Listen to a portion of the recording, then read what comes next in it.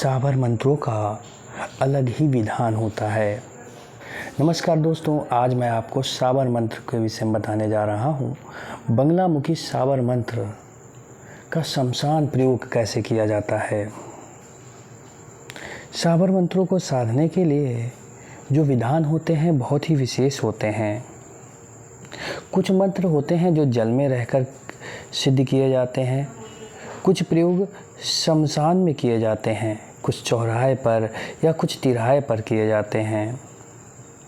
ये जो प्रयोग होते हैं ये मंगलवार, रविवार, बृहस्पतिवार, अष्टमी के दिन करे जाते हैं। एक दीपक में सरसों का तेल लेकर या कोई मीठा तेल लेकर या शुद्ध देसी घी का तेल दीपक बनाकर इस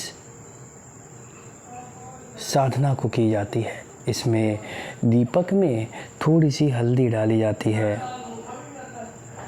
एवं साधना के समय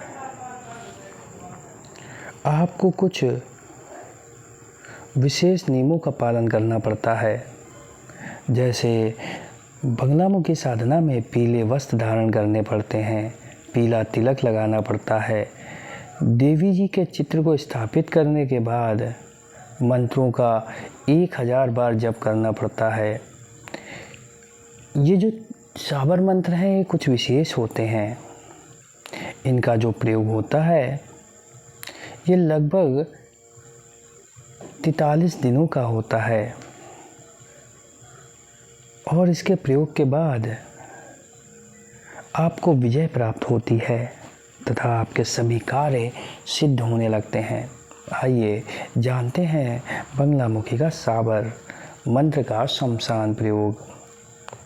शमशान में प्रबल और अतिशीघ्र फल प्राप्त होता है। प्रयोग प्रथम शमशान में छोड़े हुए वस्त्र की बत्ती बनाकर सरसों के तेल का दीपक जलाएं। दीपक को उड़द की दाल की ढेर के ऊपर ही रखें और बेसन के लड्डू या रोटी शमशान में जप के प्रसाद भोग लगाने का नियम है। आप शत्रुनाश चाहते हैं तो दीपक को 108 बार विलोम मंत्र पढ़कर बाएं हाथ की ओर रखकर उल्टा कर दें, जिससे वह टूट जाए। अर्थात आपको दीपक जो लेना है वो मिट्टी का लेना है। शमशान भूमि पर दक्षिण दिशा की ओर एक त्रिकोण बनाएं। त्रिकोण के मध्य शत्रु का नाम उच्चारण करते हुए लोहे की कील ठोंक दें। इससे शत्रु को अत्यंत भयानक पीड़ा होगी। शमशान में अगर प्रयोग करते हैं तो आपको गुरु मंत्र एवं रक्षा मंत्र का सबसे पहले जाप करना होगा और एक घेरा बनाना होगा। शत्रु शमन के लिए जो प्रयोग किया जाता है इससे शत्रु को बड़ा ही घोर कष्ट होता है। यह प्रयोग शत्रु को नाश करने के लिए किया जाने वाला एक प्रक्रिया है। यह क्रिया गुरु के निर्देशानुसार ही की जाती है, अन्यथा आपको गलती का दंड भी प्राप्त हो सकता है। इसमें विशेष फल की प्राप्ति तो होती है, साथ में दंड भी प्राप्त होता है। अर्थात बिना गुरु के इस प्रयोग में सफलता नहीं प्राप्त होती। शमशान में बंगलामुखी प्रयोग हेतु आपको भरणी नक्षत्र में शनिवार के दिन शमशान में या शमशान की मिट्टी लाकर उसके ऊपर दीपक जलाना चाहिए। ऐसा कई बार देखा गया है। इस मंत्र का प्रयोग करने से शत्रु का समूल नष्ट हो जाना लगभग तय माना जाता है। यदि आप किसी शमशान से दूर प्रयोग कर रहे हैं तो इस दिशा में आपको इस मिट्टी को लाना होगा। उपयोग किस प्रकार करना है। दीपक की लौ यदि सीधी है तो आप सोचें कि आपका कार्य सिद्ध होने वाला है, ये कार्य सिद्ध होने का सूचक है। किंतु यदि लौ टेढ़ी हो जाती है, यह बुलबुले तेल से उठते हैं, तो कार्य सिद्ध होने में विलम्ब होगा।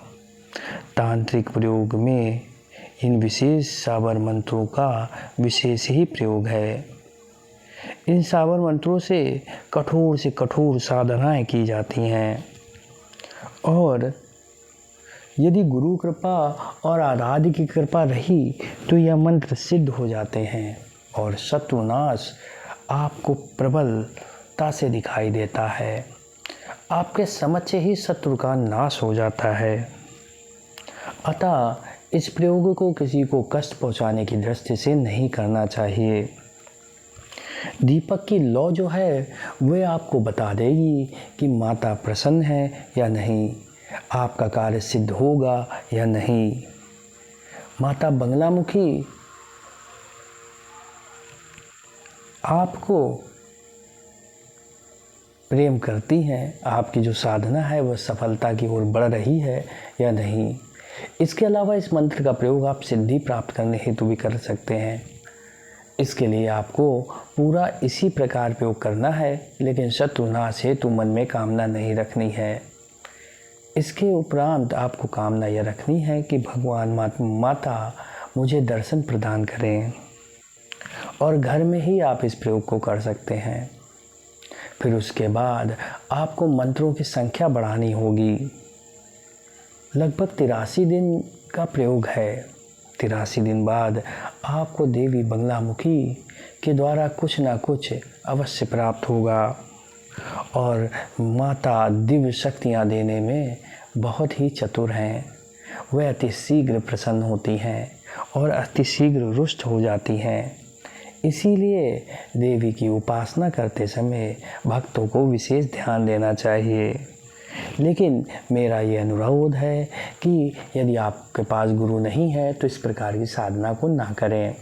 आप इन मंत्रों का प्रयोग सात्विक ढंग से भी कर सकते हैं, जिससे आपको पूर्णतः उसी प्रकार फल प्राप्त होगा जिस प्रकार इस तामसिक पूजा से या इस उग्र पूजा से प्राप्त होता है। धन्यवाद दोस्तों, बने रहे दिव्यदृष्टि के साथ, देखते रहें रोचक जानकारी भरा वीडियो। यदि आपका कोई प्रश्न है तो कमेंट करके अपने प्रश्न को पूछ सकते हैं और चैनल को सब्सक्राइब करना ना भूलिए।